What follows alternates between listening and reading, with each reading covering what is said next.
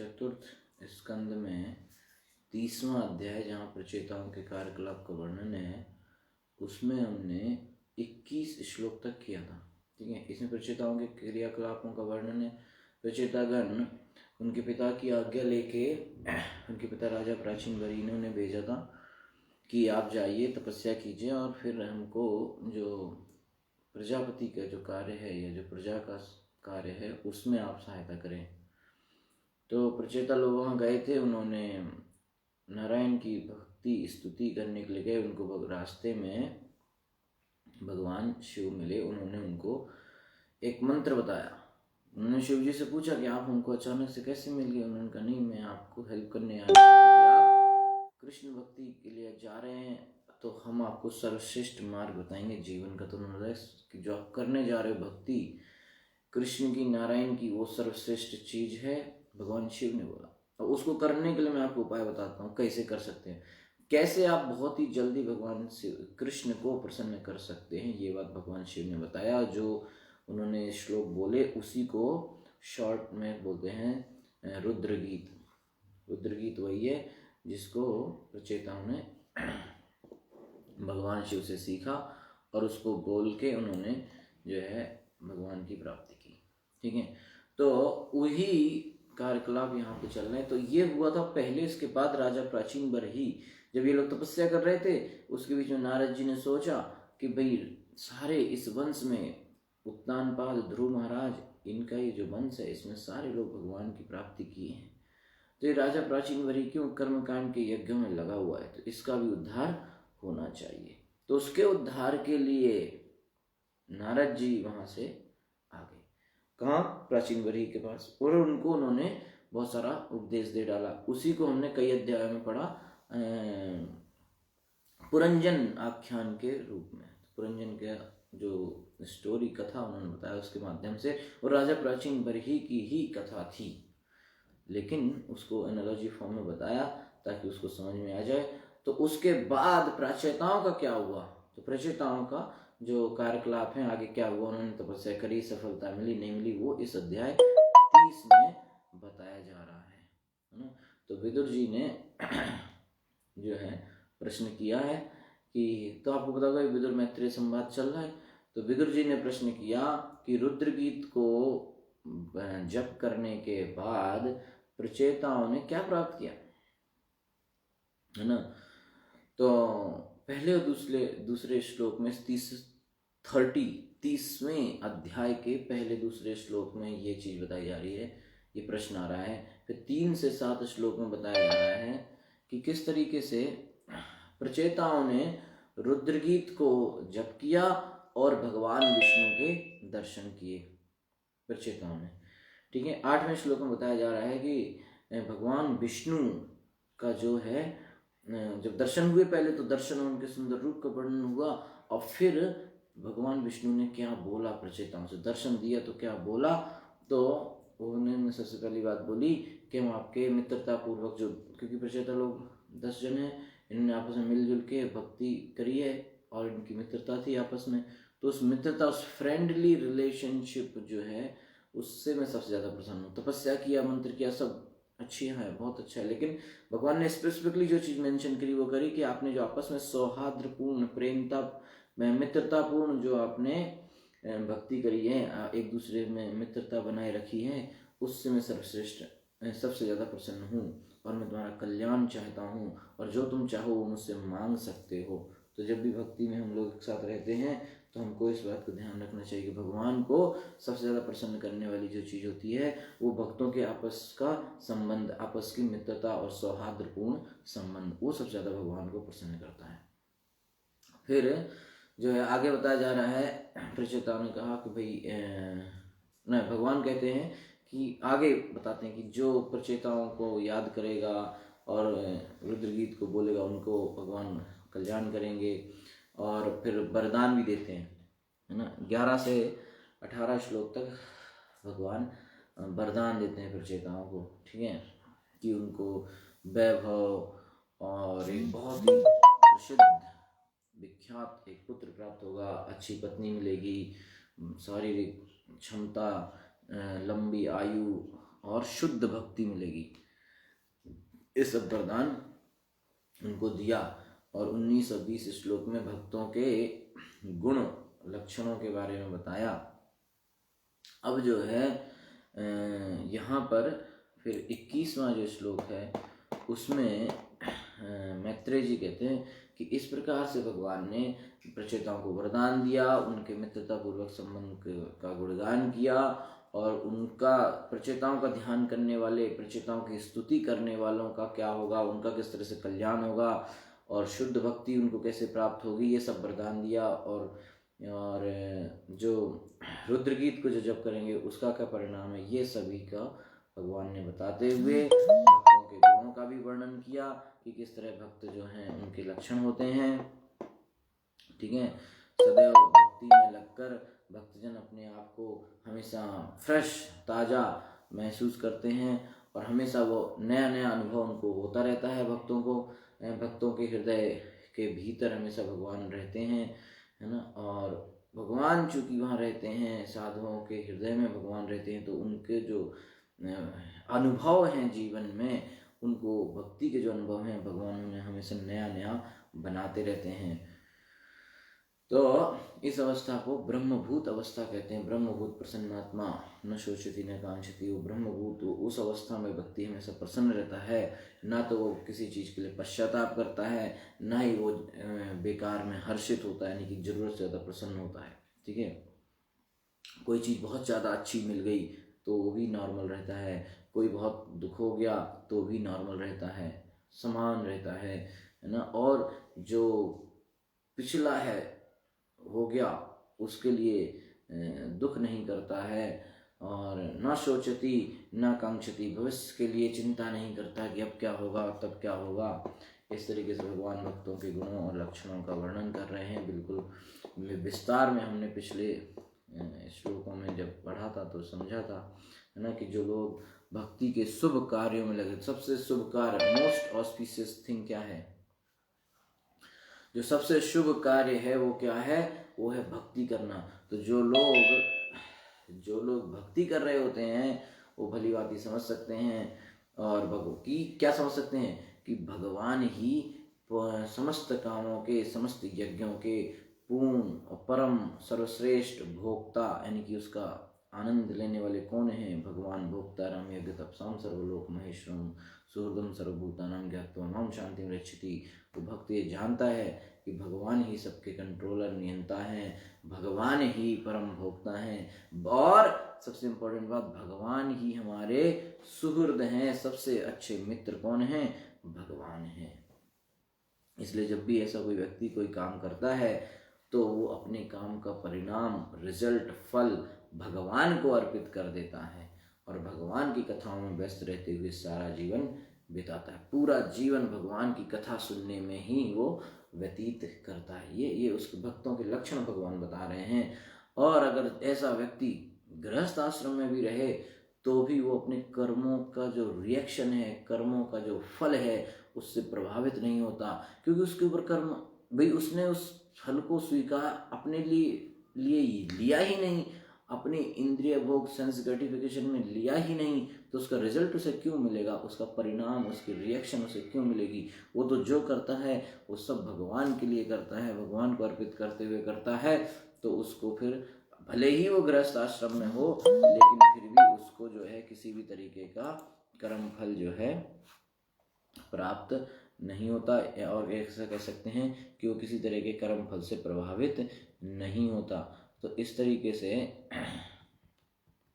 मैत्रेय ऋषि ने उनको बताया, विदुर जी को, और आगे कहते हैं कि जो भगवान ने इस प्रकार प्रचेताओं को बोला तो प्रचेताओं ने भगवान श्री विष्णु की प्रार्थना की। भगवान जीवन की सारी सिद्धियां, सब कुछ देने वाले कौन हैं, भगवान हैं, और भगवान जीव के परम कल्याण करता है। माने कि अगर हम जीवात्मा हैं, हमारा अगर कोई सबसे ज्यादा कल्याण कर सकता है तो कौन है, भगवान विष्णु, कृष्ण, राम। ठीक है, वे परम मित्र हैं। और सबसे बड़े हमारे मित्र कौन हैं, भगवान सुहृदम सर्वभूतानाम, क्योंकि पिछले क्लास में हमने देखा था कि वो कभी भी हमको छोड़ के नहीं जाते हैं, है ना। और भक्तों के सारे कष्टों को हरते हैं। हरि, हरि शब्द की व्याख्या यही बताई गई है कि सर्व अमंगल हरे इति हरि, सर्व अमंगल हरे, सारे अमंगलों को जो हर लेता है, जो हमसे खींच लेता है। सारे अमंगल माने इनऑस्पिशियस थिंग्स को जो खींच लेते हैं, जो हर लेते हैं, हमसे चुरा लेते हैं, हमको पता नहीं चलेगा, हमारी दुखों को छीन लेंगे, चुरा लेंगे, उनको कहते हैं हरि। सर्व अमंगल हरे इति हरि। हरि शब्द का मतलब यही है कि जो हमारे अमंगलों को हर ले वो हरि है। प्रेम दे हरे मन, ये एक और अर्थ बताते हैं आचार्यगण की हरि माने वो जो हमारे मन का हरण कर लेते हैं और हमको प्रेम दे देते हैं। मन को तो हरण कर लेते हैं लेकिन बदले में हमको प्रेम दे देते हैं, है ना, तो व्यक्ति आनंदित हो जाता है। तो भगवान हमारे नॉर्थ इंडिया में गाते ना, जय जगदीश हरे, भक्तजनों के संकट क्षण में दूर करे, तो वो बिल्कुल भगवान का गुण वही है। भक्तों के समस्त कष्टों को भगवान हर लेते हैं। तो प्रचेताओं ने बहुत ही आनंद में आके, है ना, और बड़ी गदगद वाणी से, यानी कि बहुत प्रसन्नता पूर्वक भगवान की प्रार्थना करना प्रारंभ किया। और वैसे भी भगवान का दर्शन करके ही वो जो है पूर्ण रूप से शुद्ध हो गए थे। वैसे ही शुद्ध थे क्योंकि भगवान का दर्शन ऐसे ही थोड़ी किसी व्यक्ति को हो जाता है, लेकिन उनको हुआ, उनसे बातचीत करी, भगवान ने आशीर्वाद दिया, तो ऑलरेडी शुद्ध तो है ही। भगवान का दर्शन प्राप्त करके तो और उनका जो है लेवल जो है, स्तर जो है बढ़ गया। तो इस तरीके से जब ये घटना यहाँ पे घटी है तो उसके बाद प्रचेताओं ने भगवान की स्तुति करना, प्रार्थना करना प्रारंभ किया। 22वें श्लोक से, प्रचेतसः ऊचुः नमो नमः क्लेश विनाशनाय निरूपितोदार गुणाहवयाय मनोवचो वेग पुरोजवाय सर्वाक्षमार्गैर्गताध्वने नमः। प्रचेतसा ऊचुः, प्रचेताओं ने कहा, नमः नमस्कार है, नमः नमस्कार है, क्लेश भौतिक दुख, विनाशनाय दूर करने वाले को, निरूपित निर्णीत, उदार उदार गुण गुण, आह्वयाय नाम वाले को, मनहा मन का, वचहा वाणी का, वेग चाल, पुरहा सामने, जवाय गति वाले को, सर्व अक्ष सर्व सभी इंद्रियों के मार्गई रास्तों से, अगता दृश्य अध्वने जिसका मार्ग, नमः हम नमस्कार करते हैं। ठीक है, तो 22 श्लोक से 26 श्लोक तक जो है प्रचेता लोग उनकी प्रार्थना कर रहे हैं, कृष्ण को, भगवान विष्णु की प्रार्थना कर रहे हैं। तो 22 से 26 में वो भगवान के गुणों का वर्णन करते हैं, भगवान के दिव्य गुण का वर्णन करते हैं। ठीक है, ओके। तो प्रचेताओं ने कहा, हे भगवान, आप समस्त प्रकार के क्लेशों को हरने वाले हैं। नमो नमः माने हम तो आपको प्रणाम कर रहे हैं, पहले ही शब्द आ गया है, पर हम आपको प्रणाम कर रहे हैं, नमो नमः बार बार प्रणाम कर रहे हैं। किसको?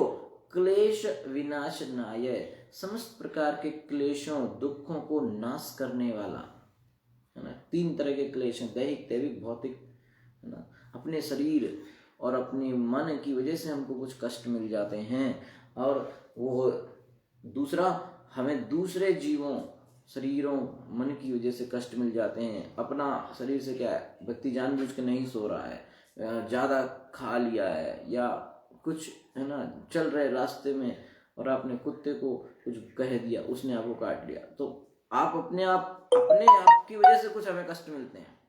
ठीक है, खाना खा रहे थे, जीभ जो है, टंग दांत के बीच में आ गई, किसको आप गाली दोगे, है ना।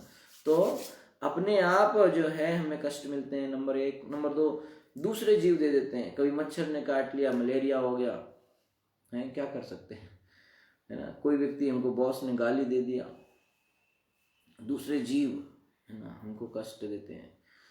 और तीसरा, प्राकृतिक कष्ट है।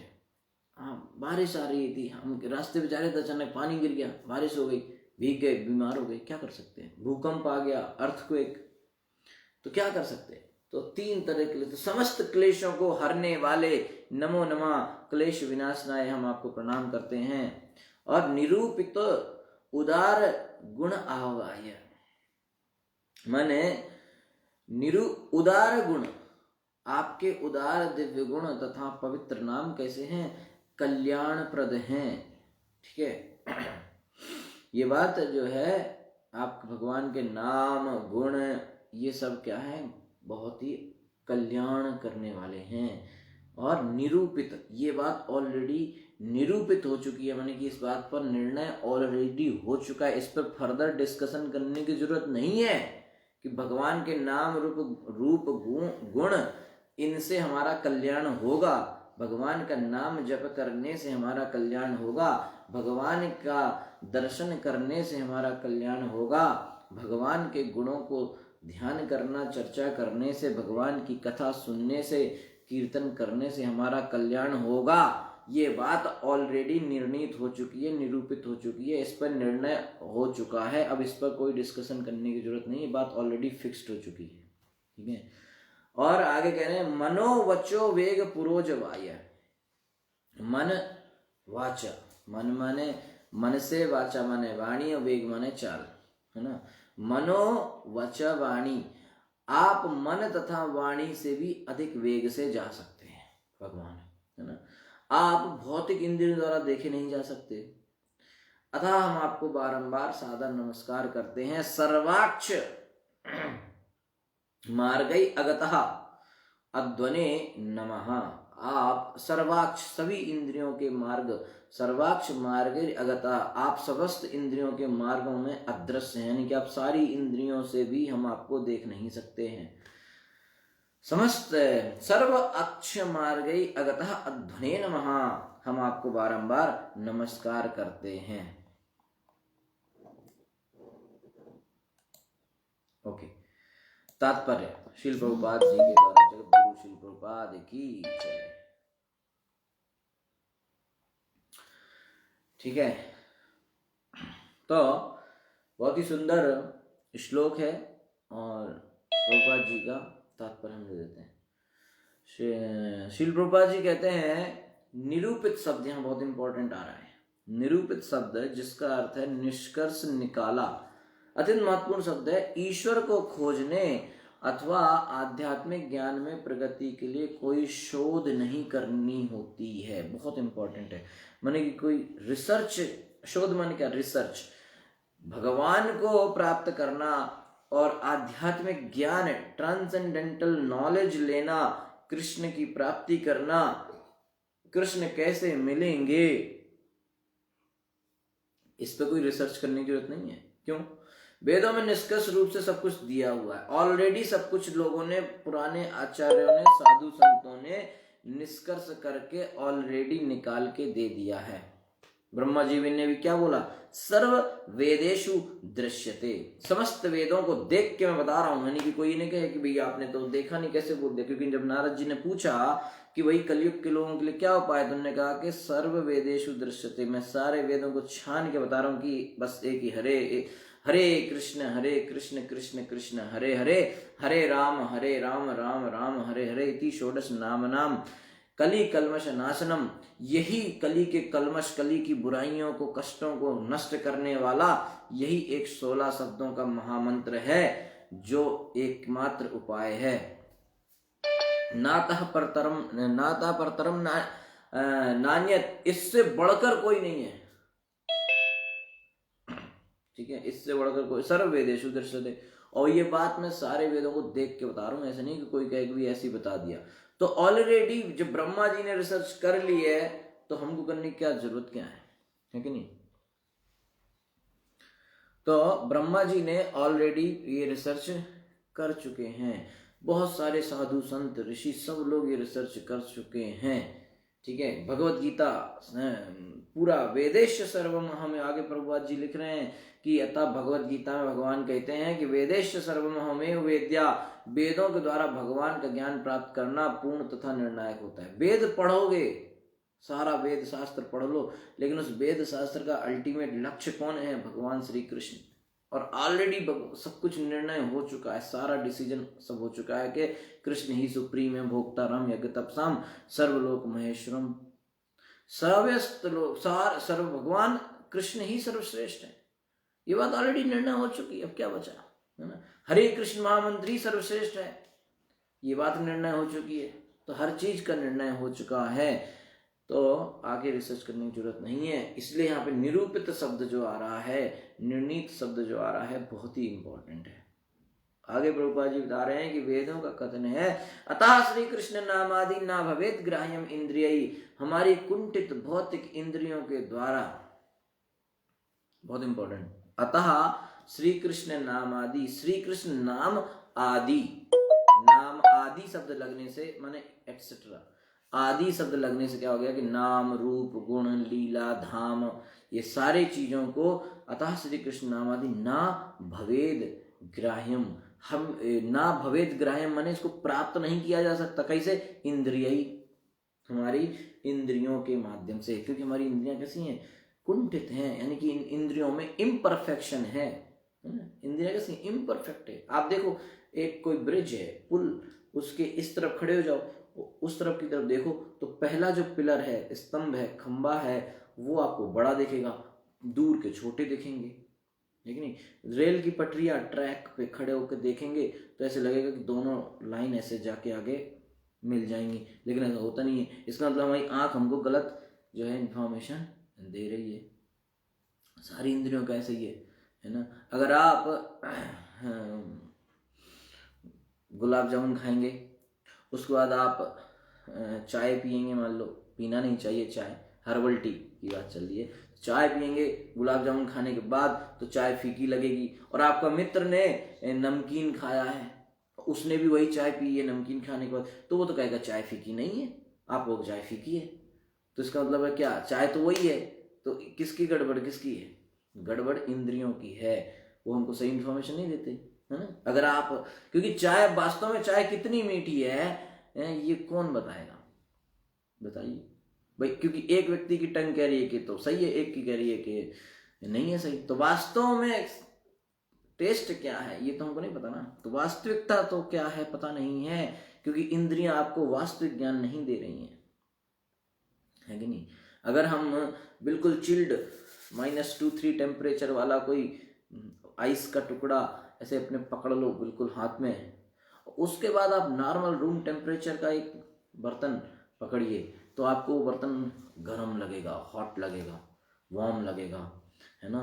लेकिन जब आप आग के सामने हाथ कर दीजिए बिल्कुल गर्म है, और उसके बाद आप वो नॉर्मल रूम टेम्परेचर वाला साधारण तापमान वाला जब आप ग्लास या पकड़ेंगे, बर्तन पकड़ेंगे, तो आपको ठंडा लगेगा। इसका मतलब बर्तन का टेम्परेचर वही है, लेकिन अलग अलग सिचुएशन में आपकी त्वचा, स्किन उसको गलत इंफॉर्मेशन देती है, अलग अलग इंफॉर्मेशन देती है। इसका मतलब है कि इंद्रियों में दोष है कि नहीं? दोष है। आप हर चीज नहीं सुन सकते, हमारे कान हर चीज नहीं सुन सकते। कुछ ऐसे ध्वनियां भी हैं जो चूहे सुन लेते हैं, छोटे छोटे जानवर हम नहीं सुन सकते। बहुत सारे ऐसी ध्वनि है, हम एक लिमिट के बाद नहीं देख सकते, है कि नहीं। तो इंद्रियों में दोष है कि नहीं। तो अतः श्री कृष्ण नामादि ना भवेद ग्राह्यम इंद्रिया, हमको जो है सिंपल चीज तो दिख नहीं रही है, रेलवे ट्रैक ऐसे जाके मिल रहा है हमको, हमारी आंखें सही इंफॉर्मेशन, उसमें तो हम देख नहीं पा रहे हैं कि वास्तव में ये सीधी हैं, ये तो हम नहीं देख पा रहे। हमको कृष्ण को देखना है, कैसे देख सकते हैं? भौतिक इंद्रियों से कैसे देख सकते हैं? अर्जुन को भगवान ने जब दिव्य दृष्टि दी तब उन्होंने विराट रूप प्रदर्शन किया।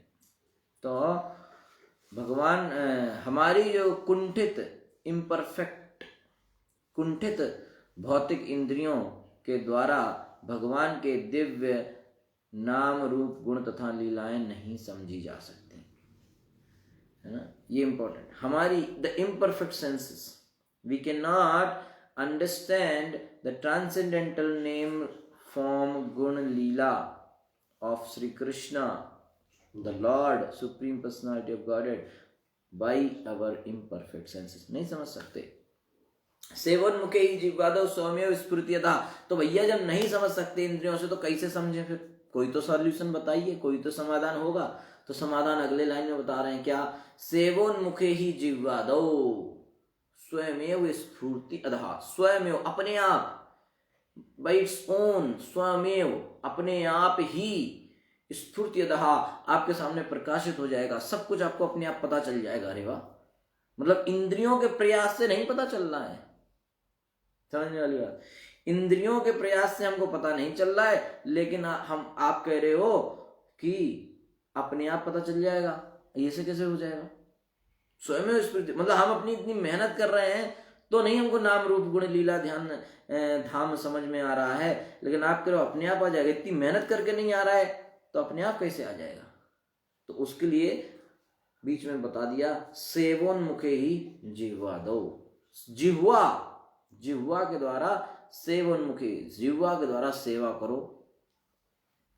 जब जिह्वा के द्वारा सेवा करेंगे तो अपने आप भगवान के नाम रूप गुण लीला धाम सब अपने आप हमको समझ में आ जाएगा, अपने आप हमारे सामने प्रकाशित हो जाएगा।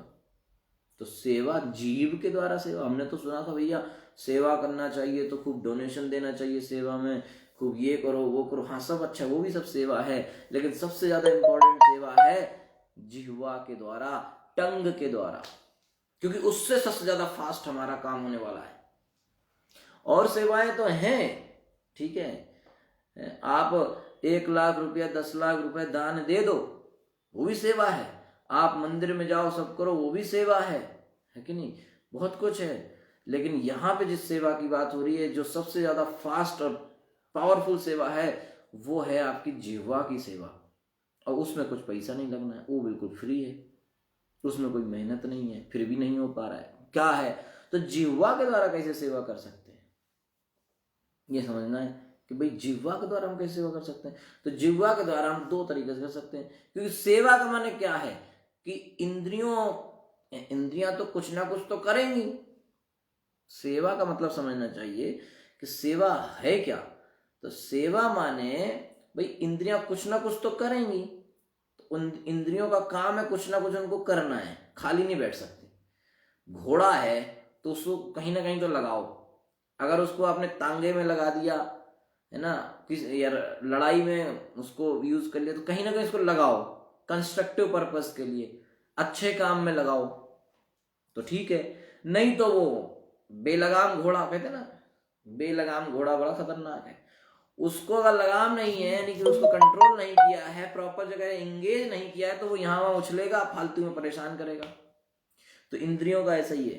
तो सेवा का मतलब है कि इंद्रिया कहीं ना कहीं कुछ ना कुछ तो उनको काम, एक्टिविटी, एंगेजमेंट चाहिए, तो उनको हम लगा लेते हैं अपने भोग के लिए। तो वो सेवा नहीं है, वो माया की सेवा है ना। तो उन इंद्रियों को कृष्ण की सेवा में लगाओ, है ना, कृष्ण के काम में लगाओ, कृष्ण की क्रियाओं में लगाओ, तो उसे कहेंगे सेवा, भक्तिमय सेवा, डिवोशनल सर्विस। प्रभुपाद जी ने ट्रांसलेशन किया भक्ति का। तो भक्तिमय सेवा ऐसी कहते हैं कि अपनी इंद्रियों को कृष्ण की सेवा में लगाओ। तो जो भी इंद्रियां काम करती हैं वो काम हम अपने लिए ना करके कृष्ण के लिए कर दें, यही तो सेवा है। तो सेवोन्मुखे ही जिह्वा दो। तो जिह्वा से हम क्या सेवा कर सकते हैं? जिह्वा का काम क्या है पहले देखना चाहिए, क्योंकि जो काम इंद्रिय करती है उसी को कृष्ण के पर्पस के लिए, कृष्ण की प्रसन्नता के लिए कर देंगे, तो ही सेवा बन जाएगी और सही भक्ति बन जाएगी। तो जिह्वा से बात आ रही है कि जिह्वा की सेवा करेंगे, तो जिह्वा से जब हम सेवा करेंगे तो स्वयं कृष्ण हमारे सामने प्रकाशित हो जाएंगे, हमें सब कुछ पता चल जाएगा अपने आप, बिना मेहनत के। तो जिह्वा की सेवा क्या है? तो जिह्वा की सेवा यही है। जिह्वा का काम क्या है? पहले तो जिह्वा का काम है खाना, टेस्ट लेना और बोलना टकाटक, ये तो जिह्वा का। तो इन 2 एक्टिविटी को, टेस्ट को और स्पीकिंग को, इन 2 एक्टिविटी, बोलना और स्वाद लेना, ये 2 एक्टिविटी को अभी हम अपने फायदे के लिए यूज करते हैं। जब इन 2 एक्टिविटी को हम कृष्ण के लिए करने लगेंगे तो यही सेवा हो जाएगी। तो टेस्ट माने प्रसाद लेना, और बोलना माने भगवान के का नाम का जप करना और कथा करना, कीर्तन करना। कीर्तन तो जीवा को भगवान के नाम जप में लगाएं और प्रसाद का स्वाद लेने में लगाएं और बाकी चीजों में ना लगाएं। तो जितनी कोशिश हो सके अनवांटेड चीजें, कृष्ण भक्ति से अलग चीजें ना बोलें और कृष्ण प्रसाद के अलावा और कुछ ना पाए, है ना। तो ये है सेवन मुखे जीववाद स्वयं स्फूर्तियतः, है कि नहीं। तो जब भक्त अपनी इंद्रियों को भक्ति में लगाता है तो भगवान अपनी अहेतु की दया से भक्त के समक्ष स्वतः प्रकट होते हैं। अब यहाँ पर एक बात इंपॉर्टेंट ये आ रही है कि जब भक्त अपनी इंद्रियों को भक्ति में लगाता है तो भगवान प्रकट हो जाएंगे, ठीक है। नाम रूप गुण लीला धाम सब समझ में आ जाएगा, ठीक है। लेकिन अगर नहीं आ रहा है तब क्या करेंगे? तो कोई ये भी नहीं कह सकता कि भाई हमने तो जीवा से खूब जपा करा है, कीर्तन किया है और सिर्फ प्रसाद ही लिया है और कुछ लिया नहीं, तो क्यों नहीं दिख रहे कृष्ण? दिखो, मेरे सामने प्रकट हो। तो भी कृष्ण को कोई बाध्य नहीं कर सकता कि हाँ भाई हमने सारे नियम पालन कर रखे हैं, सारा भक्ति कर रखा है, अब हमें बस टाइम हो गया, वाह कृष्ण आ जाओ मेरे सामने। ऐसे भी नहीं हो सकता, क्योंकि कृष्ण अपने आप में स्वतंत्र हैं, तो स्वयं वो अपने आप आते हैं। कैसे? अहेतु की कृपा से, अहेतु की कृपा से, वो बिना कारण कृपा करते हैं, है ना। लेकिन जब बिना कारण कृपा करते तो हम ये भक्ति भजन कीर्तन क्यों करें? वो इसलिए करें कि कृपा करते हैं किस पे करेंगे? जो भजन वजन सही से कर रहा है, भक्तों की सेवा कर रहा है, उस पर कृपा होने के चांस ज्यादा रहते हैं। क्योंकि कृपा हो किस पे करते हैं भगवान? कोई भी बड़ा व्यक्ति है वो दया करेगा तो किसके ऊपर करेगा? आप सोचो, उसको तो नहीं पता रहता ज्यादा। जैसे कोई बड़ा व्यक्ति किसी गांव में आया, बड़ा मुख्यमंत्री, सीएम पीएम कोई आ गया, डीएम, वो आया किसी गांव में, तो वो कुछ चैरिटी देने आया, है ना। विंटर्स में ब्लैंकेट कंबल देने आया, सर्दी में, मतलब कुछ ना कुछ देने आया, कृपा आया, बिना कारण के फ्री में बांट रहा है। तो कैसे बांटेगा? तो उस गांव में लोकल व्यक्ति को देखता है, उसका कांटेक्ट कौन सा है, वहां ये व्यक्ति अपना है, उससे पूछेगा भाई किस किस को देना चाहिए, कौन कौन सही पात्र है। मैं ये जो फ्री में चीजें बांटने आया हूं, इसको प्राप्त करने का सही जो है पात्र कौन कौन है, किस किस को मिलनी चाहिए। तो ये व्यक्ति बताएगा हाँ साहब इनको दीजिए, इनको दीजिए, इनको दीजिए, है कि नहीं। तो इस व्यक्ति से आपकी लिंक अच्छी होनी चाहिए। तो कृपा भगवान की प्राप्त करने के लिए भगवान भी अपने भक्त से पूछते हैं हाँ भाई किस किस को देनी है ना। तो जैसे हम लोग भक्ति कर रहे हैं तो प्रभुपाद जी से पूछेंगे भगवान, हाँ भाई किस किस को देनी है अहेतु की कृपा। प्रभुपाद जी कहेंगे ये बहुत अच्छा है, इसको दो, ये भक्त बहुत बढ़िया है, इसको भी दे दो। तो जिस जिसको प्रभुपाद जी कहेंगे उसको कृपा भगवान देते चले जाएंगे। ये शुद्ध भक्त से पूछेंगे वो, है कि नहीं। तो प्रभुपाद जी किसके लिए कहेंगे? अच्छा अब बताओ, प्रभुपाद जी तो उसी के लिए कहेंगे भगवान से कि कृपा कर दो इसके ऊपर जो प्रभुपाद जी की बातें मान रहा है, प्रभुपाद जी के नियमों पे चल रहा है ना। क्योंकि प्रभुपाद जी भी तो शुद्ध भक्त हैं, ये भी तो गलत आदमी को नहीं आगे पहुंचाएंगे भगवान के पास, है ना। नहीं तो प्रभुपाद जी का नाम खराब होगा ना कि भाई गलत आदमी को लेके आ रहे हैं आप, है ना। तो इसलिए प्रभुपाद जी ने भी कुछ नियम बनाए, भाई ये नियम करोगे I will take responsibility. Prabhupad ji कहते हैं कि मैं गारंटी लेता हूं कि तुमको भगवान की प्राप्ति करवाऊंगा, लेकिन ये नियम मानो। तो जैसे ही वो व्यक्ति प्रभुपाद जी के बताए नियम मानता है ना, तो प्रभुपाद जी से जब भगवान कहेंगे भाई हाँ समय आ गया, चलो बांटना है कृपा, किस किस को देने हो, प्रभुपाद जी लाइन, अब ये वही सब अपने बंदे हैं, है ना, इनको सबको ले लो, है कि नहीं। तो सारों की एंट्री गोलोक में हो जानी है ऐसे ही प्रभुपाद जी के उस पे। हाँ प्रभुपाद जी कहेंगे हाँ ये अपना है, ठीक है ठीक है ठीक है, हाँ ये अपना है साहब। जिन जिन ने तिलक लगाया है, जपा माला 16 कर रहे हैं, कंठी माला है, साहब प्रभुपाद जी के दास, प्रभुपाद जी के चेले हैं, प्रभुपाद जी सब हाँ भाई अपना अपना लेते जाओ साहब, है कि नहीं। ऐसे अहेतु की कृपा मिलती है भक्ति। इसलिए सबसे इंपॉर्टेंट चीज है भगवान के भक्त की सेवा करना। तो यही प्रभुपाद जी लिख रहे हैं, यही निर्णायक वेद विधि है, इसी पर निर्णय हो चुका है बिल्कुल। वेद यह भी संकेत करते हैं कि भगवान के पवित्र नामों का कीर्तन करने मात्र से निश्चित रूप से आध्यात्मिक प्रगति हो सकती है। हरेर नामेव केवलम, हरेर नाम हरेर नाम हरेर नामेव केवलम, कलौ नास्त्यैव नास्त्यैव नास्त्यैव गतिरन्यथा। हम भगवान के पास मन या वाणी के वेग से नहीं पहुंच सकते, किंतु यदि हम भक्ति में लगे रहे हैं तो उनके पास सरलता से तथा तेजी से पहुंच सकते हैं। यहाँ पे ये बात बताई जा रही है ना,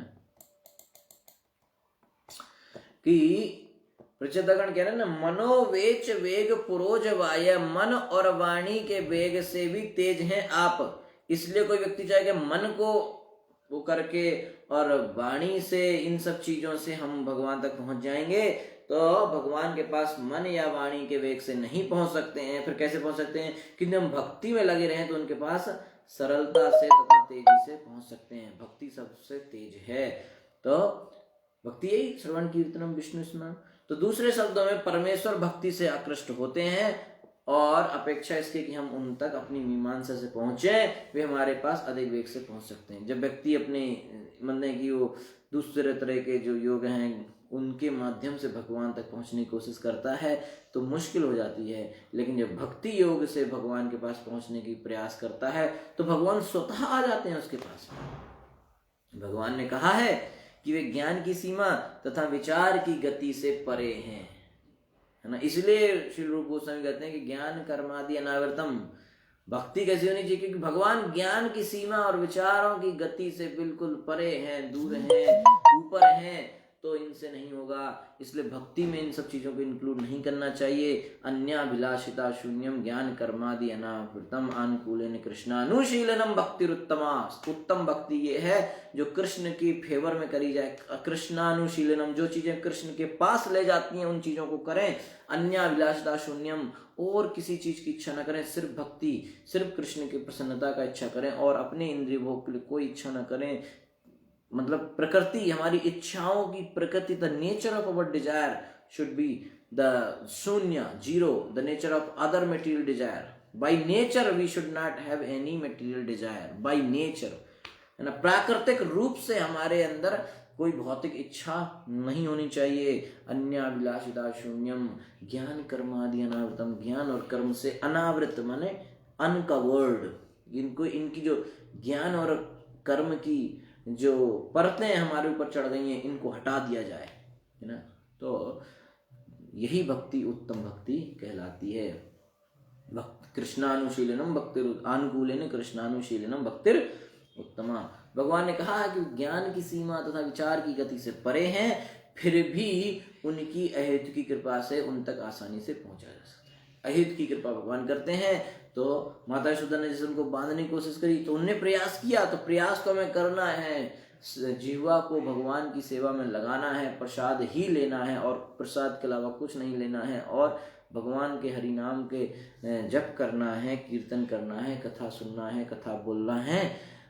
तो ऐसा जब करेंगे तो ये तो हमारी मेहनत है। तो इस तरह यशोदा माता ने मेहनत करी, तब भी भगवान बंधे कैसे? अपनी अहित की कृपा से, है ना। स्वबंधने, इसे दामोदराष्टकम में आता है कि वो स्वबंधने, अपनी अपनी कृपा करके बंध गए। तो पर कृपा किस पर होगी? उसी पे जो मेहनत करेगा, है ना। तो इस तरीके से भगवान अपनी अहित की कृपा से उन भक्तों तक आसानी से पहुंच जाते हैं। ठीक है। तो कृष्ण की अहित की कृपा से ही कृष्ण तक आसानी से पहुंचा जा सकता है, और किसी विधि ज्ञान कर्म आदि से नहीं। इस प्रकार वे अपनी अहित की कृपा से ही प्राप्त किए जा सकते हैं। कौन? कृष्ण। अन्य विविधा प्रभावशाली नहीं होती हैं, प्रभुपाद जी कह रहे हैं। ठीक है। तो इस तरीके से जो है ये 22वें श्लोक में प्रचेताओं ने प्रार्थना भगवान से करी है, उनके गुणों का वर्णन किया है। 22 से 26 श्लोक तक भगवान के दिव्य गुणों का वर्णन हो रहा है। तो यहाँ पर भगवान के गुणों का वर्णन हमने देखा कि किस तरीके से भगवान का जो है अहित की कृपा से हम भगवान को बड़ी आसानी से प्राप्त कर सकते हैं। ठीक है ना। 22वें श्लोक में हमने भगवान की 4 गुणों का हमने जो है ज्ञान किया। भगवान के 4 गुण यहाँ पे 22वें श्लोक में बताए गए हैं। नमो नमः क्लेश विनाशनाय, यानी कि पहला गुण क्या है? वो भगवान वो हैं जो हमारे भौतिक कष्टों को, क्लेशों को खत्म करते हैं। नंबर 1, निरूपितो उदार गुणाह अवाय। तो भगवान में सारे जो हैं ऑस्पिशियस क्वालिटीज़ हैं, भगवान के नाम रूप जो गुण हैं उसमें जो है बहुत भक्तों को कल्याणप्रद हैं। भक्तों के लिए भगवान के नाम रूप गुण कैसे हैं? कल्याणप्रद हैं, कल्याण करने वाले हैं। मनोवेच वेग पुरोजवाय, और भगवान कैसे हैं? मन और वाणी के वेग से, गति से तेज हैं, आगे हैं, परे हैं। ये भगवान का तीसरा गुण है जो इस श्लोक में बताया गया है। सर्वाक्ष मार्गे अगता अध्वने नमः, और ये चौथा गुण है क्या? कि भौतिक इंद्रियों से भगवान को जो है समझा नहीं जा सकता, जाना नहीं जा सकता, प्राप्त नहीं किया जा सकता। ये 22वें श्लोक में 4 गुण भगवान के जो है यहाँ पे बताए गए हैं। ठीक है, अब 23वें श्लोक में भगवान का भौतिक प्रकृति, भौतिक संसार से कैसा संबंध है, कैसे भगवान उससे इंटरेक्ट करते हैं, ये जो है 23वें श्लोक में बताया जाएगा। 24वें श्लोक में और भगवान के 5 गुणों के बारे में बताया जाएगा, है ना। और 25वें श्लोक में बताया जाएगा कि भगवान किस तरीके से समस्त चीजों के उद्गम स्थान है। ठीक है, तो इस तरीके से हर जगह व्याप्त, सर्वव्यापी भगवान और सर्वसाक्षी, है ना। तो वो भगवान का गुण जो है वो 26वें श्लोक में बताया जाएगा। तो इस तरीके से भगवान के इन गुणों का वर्णन आगे आएगा। 23वें श्लोक को हम जो है कल समझेंगे। हरे कृष्णा।